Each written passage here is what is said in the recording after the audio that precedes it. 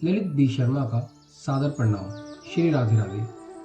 आज की कथा एक ऐसे राजा की कथा है जिसने अनजाने में ब्राह्मण हत्या का पाप अपने सर पे ले लिया। ये एक ऐसी कथा है जिसमें यह बताया गया है कि कई बार हम चाहकर जाने अनजाने में किसी को भी दोषी करार दे देते हैं। हम कहीं भी बैठे हों, किसी सभा में बैठे हों और कोई किसी के बारे में बता रहा है और हम जानते भी नहीं हैं, फिर भी हम उसके बारे में कुछ भी अपशब्द कह देते हैं। इन अपशब्दों का हमारे जीवन में बहुत बड़ा महत्व हो जाता है और हम चाहकर ना चाहकर भी पाप के भागी बन जाते हैं और जन्म जन्म इन्हीं छोटे छोटे पापों को अपने जीवन में और अगले जीवन में भोगते रहते हैं। यह कथा एक राजा की है जो बहुत ही धर्मात्मा थे। अपने कार्य रोज ब्राह्मणों को भोजन कराकर दिनचर्या की शुरुआत करते थे और सभी को दान देना, भगवान की भक्ति करना, यह सब उनके दिनचर्या के हिस्सा था। एक दिन वह अपने दिनचर्या के हिसाब से ब्राह्मणों को भोजन करवा रहे थे। ब्राह्मणों को भोजन की सभी व्यवस्था हो चुकी थी। जब राजा ब्राह्मणों को भोजन कराने लगे तो जैसे ही ब्राह्मणों ने भोजन पाया तो वह मृत्यु को प्राप्त होते चले गए। इससे घबराकर राजा ने सोचा कि यह क्या हो रहा है, ऐसा कैसे हो गया, खाने में किसने जहर मिला दिया। पर राजा को कुछ भी समझ ना आ रहा था और वो ना चाहकर भी अपने आप को ब्राह्मणों की मौत का दोषी मानने लगा। जब ये सारी कथा यमराज जी के पास पहुंची तो यमराज जी ने कहा कि देखो यह कैसे हुआ, ये ब्राह्मणों को राजा ने जहर दिया या किसी और ने, क्या हुआ, कौन है इन ब्राह्मणों की हत्या का दोषी। जब देखा गया तो पता चला कि जहाँ पर ब्राह्मणों के लिए भोजन की व्यवस्था की गई थी वहाँ से एक चील ऊपर से जा रही थी जो कि अपनी चोंच में एक सांप को दबाकर लेके जा रही थी।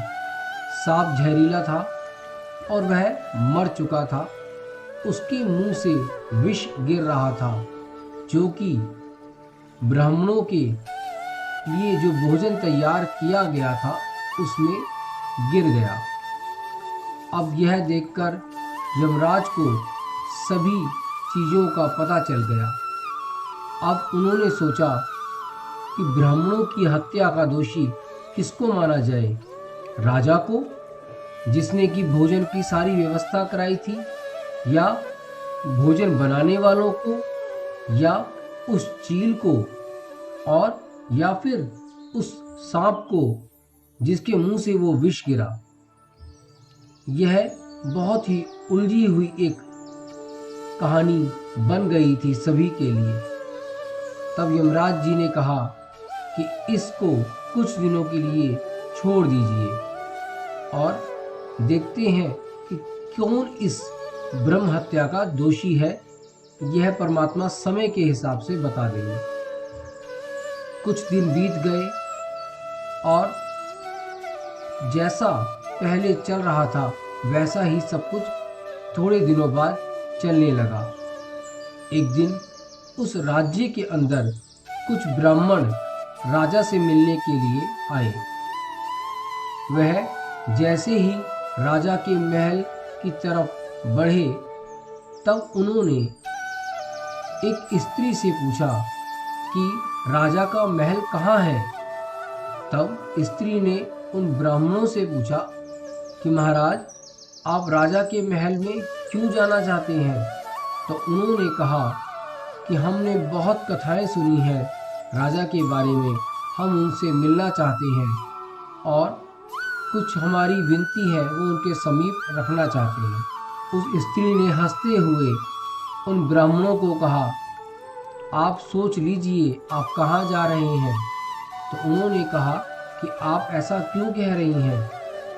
तो उन्होंने कहा, तब स्त्री ने उन ब्राह्मणों को कहा कि यह राजा ब्राह्मणों को जहर देकर मार देते हैं। यह सुनकर सभी ब्राह्मण बड़े ही आश्चर्य में पड़ गए कि यह स्त्री क्या कह रही है। तब स्त्री ने सारी बातें उनको बताई कि उस समय क्या हुआ था और कैसे ब्राह्मण मर गए। यह सुनकर वह लोग राजा के पास न जाकर वापस चले गए। अब यमराज जी यह सब कुछ देख रहे थे। उन्होंने देखा कि इस स्त्री ने बिना सोचे समझे, बिना किसी सोच के यह कैसे मान लिया कि राजा उन ब्राह्मणों की हत्या का दोषी है। यह गलत है। तब यमराज ने कहा कि इन ब्राह्मणों की हत्या का पूरा दोष इस स्त्री को दे दिया जाए। इन ब्राह्मणों की जो हत्या हुई है उसका पाप यह स्त्री भोगेगी। यह सुनकर सभी हैरान हो गए और कहा, प्रभु ऐसा क्यों? तब यमराज ने कहा कि देखो, राजा को पता ही नहीं था कि भोजन में विष है। वो तो अपने भाव से अपनी दिनचर्या का पालन कर रहा था।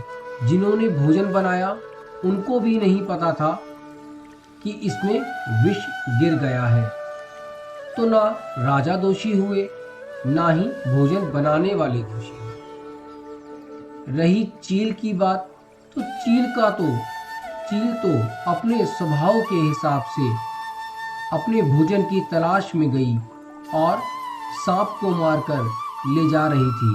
तो चील भी इसकी दोषी नहीं हुई और सांप तो मर चुका था, तो उसके मुंह से विष गिर रहा था, तो इसमें सांप भी इसका दोषी नहीं हुआ।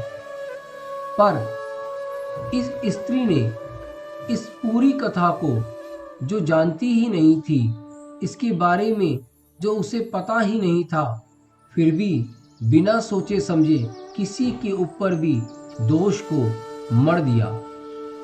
यह एक बहुत बड़ा पाप है। हम अपने कर्मों को रोज ऐसे ही बढ़ाते चले जाते हैं।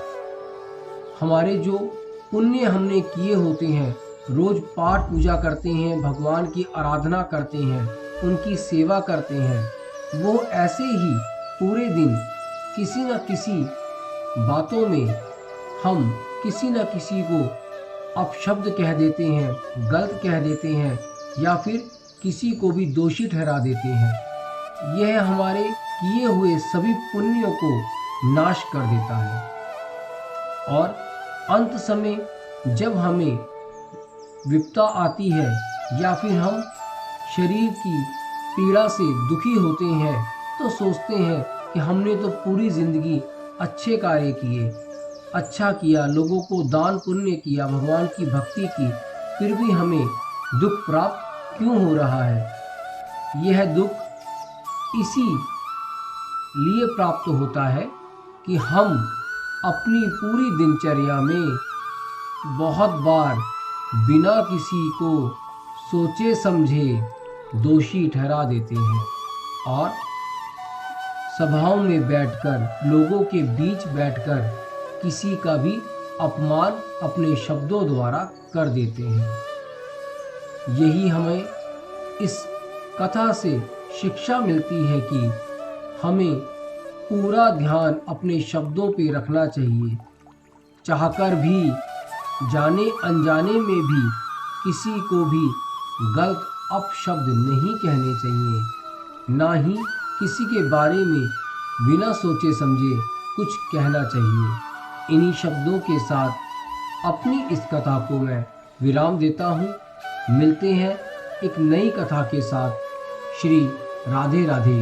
और आपसे विनती करता हूँ मैं कि आपको कथाएं कैसी लग रही हैं यह कमेंट में ज़रूर बताएं। और यदि आप और अलग तरह की कुछ कथा सुनना चाहते हैं तो आप कमेंट में लिखकर मुझे बता सकते हैं। श्री राधे राधे।